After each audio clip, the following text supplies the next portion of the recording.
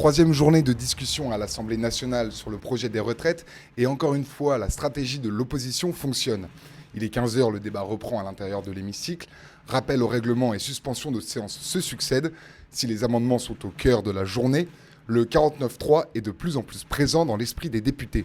Pour la droite, son utilisation serait un constat d'échec. Je crois que le 49.3, même si le gouvernement dit la main sur le cœur qu'il n'y recourra pas, est en réalité déjà dans les cartons et inévitable, ce qui montre bien que le gouvernement s'est mis lui-même dans la nasse d'un projet qui n'est pas financé, qui est tout sauf universel et qui va dans le mur.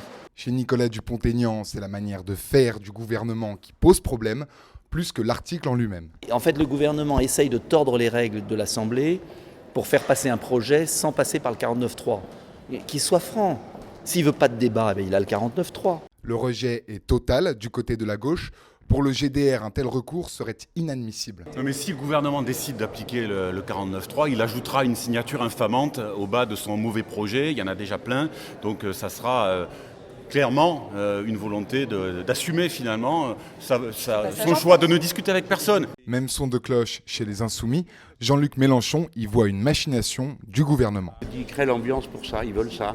Ils veulent que ce soit le chaos et qu'on puisse dire c'est l'opposition qui a créé le chaos, donc 49.3.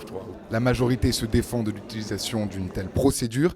Elle accuse fermement l'opposition d'obstruer le débat. Il faut d'abord dénoncer les comportements de l'opposition.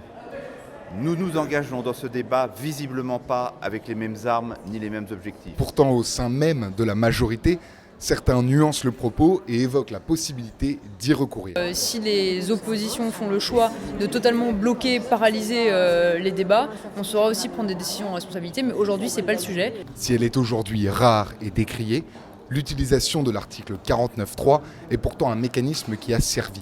Au total 48 fois depuis 1988, dont 4 sous le quinquennat de François Hollande. Le dernier recours remonte à 2016 avec la loi Travail de Myriam El Khomri. Pour le moment, le débat devrait continuer à l'Assemblée pendant au moins 5 semaines.